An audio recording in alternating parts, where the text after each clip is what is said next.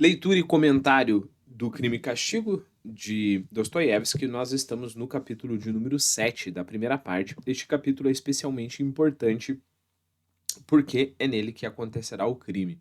Antes de começar, eu gostaria de talvez dedicar esse vídeo inteiro para que nós conversemos sobre um aspecto bem importante da personalidade do Raskolnikov e talvez possamos refletir um pouquinho sobre uma coisa que acontece com todos nós, né? Perceba o seguinte: Raskolnikov tem um projeto de explicação de si mesmo, ou até um projeto de si mesmo, ou seja, o modo como ele entende, se entende, e o modo como ele pretende criar a sua personalidade, essas duas coisas são divergentes, e no caso dele, bem divergentes, do que ele realmente é. Né? Ele funciona, em outras palavras, ele funciona muito bem na teoria, ele funciona muito bem no abstrato, mas na prática as coisas são bem diferentes. Né? Mais ou menos aquela história, sabe, quando a gente estuda física e você faz alguns cálculos, e aquele cálculo só funciona se não existir atrito, se não existir resistência do ar, etc, etc. Né? Ou uma teoria da pedagogia que diz que o aluno precisa fazer isso, isso, isso, isso, mas só funciona se o aluno for um aluno perfeito. O aluno nunca se cansa, o aluno não tem sentimentos, e assim por diante. Né? Então perceba, não é que está errada os cálculos da física e nem a teoria da pedagogia que eu falei para você. Né? O problema é que há que se transportar este cálculo abstrato na realidade. E aí a coisa fica muito complicada. Isso explica, por exemplo, por que nós temos engenheiros que entendem muitíssimo menos que um pedreiro. Né? Porque o engenheiro ele precisa do material específico que ele estudou na universidade, do ambiente específico, as pessoas que ele contrata são robôs, né? O tempo nunca faz muito frio ou muito calor, percebeu? Então quando a gente transporta isso para a realidade, existem inúmeros outros fatores que a pessoa não esperava. Né? Mais ou menos deste modo, Raskolnikov planeja a sua própria personalidade. Né? Lembre-se que ele tem a teoria que ele falou num dos capítulos anteriores, e uma teoria que é fácil de nos convencer que não é tão difícil assim você cometer o crime perfeito. Né? Você precisa. Pense, né? Você investiga a vida de uma pessoa por algum tempo, vê ali em que momento ela está sozinha, analisa se tem câmeras, etc, etc, sequestra essa pessoa, faz o que você precisa fazer, não sei se você vai cortar a pessoa em pedaço, ou vai simplesmente dar um tiro na cabeça dela, você corta pessoas depois, se você já não tinha cortado com ela viva, corta ela em pedaço, né? Enterra, dissolve os ossos dela em ácido, etc. Acabou, você fez o crime perfeito. Né? E ainda eu nem estou levando em conta que no Brasil isso é muito mais fácil, né? Eu tinha um aluno advogado que ele falava assim, advogado criminal, na verdade é promotor. Ele falava assim, olha, infelizmente no Brasil as pessoas elas têm direito pelo menos a um homicídio. Você pode cometer um homicídio que você vai ficar impune, a não ser que seja uma coisa que a mídia preste atenção. Bom, esse é um outro assunto, né? Mas repare, e por que as pessoas, quase ninguém sai impune?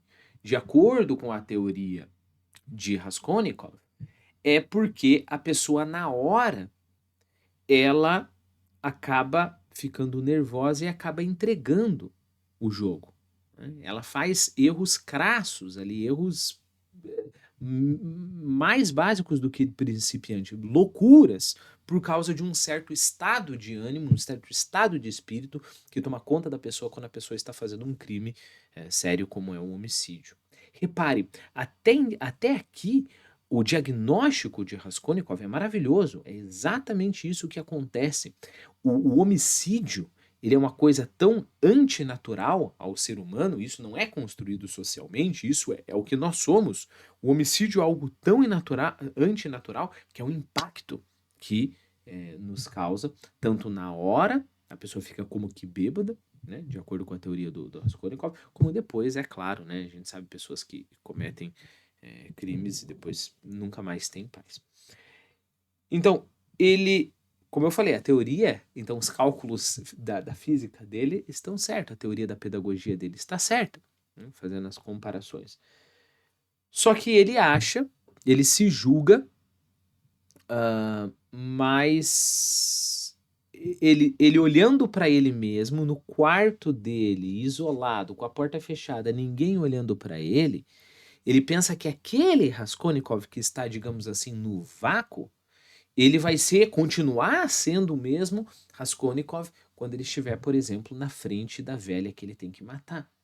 Então, é mais ou menos o cara da física pensando que aqueles cálculos que não levam em consideração atrito e resistência do vento, por exemplo, vão continuar a mesma coisa quando você transportá-los para a realidade onde há chão, onde há temperatura, etc, etc. Né?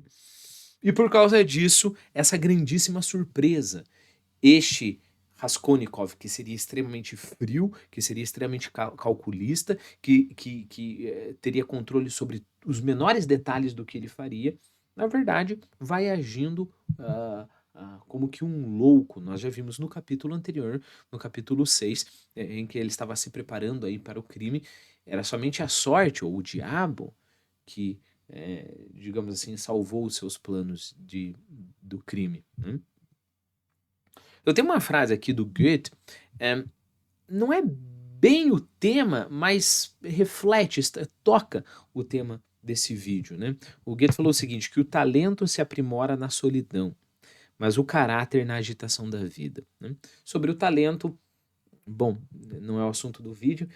Parece que meio estranho, né, a gente falar de caráter, sendo que a gente está falando de alguém que vai matar. Mas perceba, para o Raskolnikov, e até para todos nós, conseguir matar uma pessoa sem rancor faz parte do caráter, né? É um mau caráter, é o caráter do mal, mas ainda é um caráter, né? Ah, então, o caráter se aprimora na agitação da vida. Então, digamos assim, o Raskolnikov teria que matar várias velhas, né? E ir praticando ali na aquisição desse caráter do mal, não é nem mau caráter, é caráter do mal, até que ele conseguisse matar sem, sem rancor nenhum. Né? Então, seria mais ou menos isso.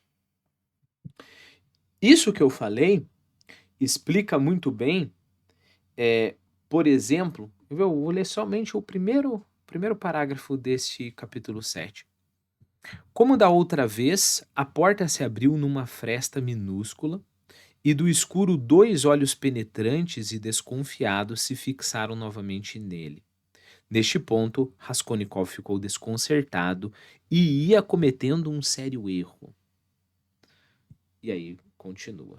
Perceba, o simples fato da velha olhar para ele, isso já foi demais para o Raskolnikov real, o Raskolnikov ali na vida, né?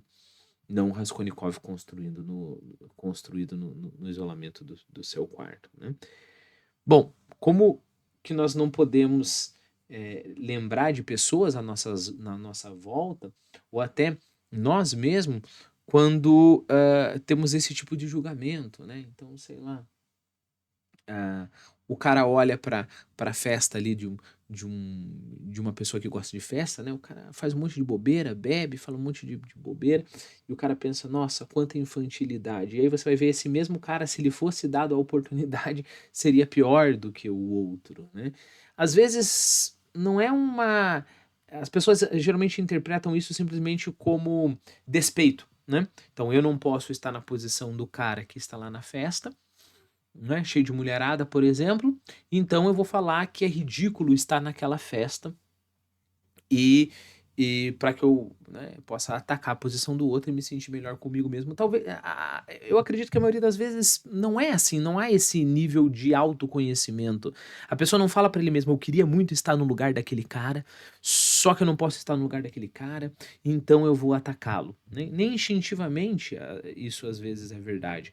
Às vezes é exatamente isso. A pessoa efetivamente crê que ela despreza aquilo ali. Né? Ela efetivamente crê que numa posição dada a oportunidade, a, a, a pessoa em questão, né, desprezaria, acharia aquilo ridículo. Né? A única coisa é que ela não se conhece. Né? Então, quando ela é jogada na festa, digamos assim, no meu exemplo, ela não sabe que ela é tão suscetível assim a esse tipo de coisa que ela dizia que desprezava, né?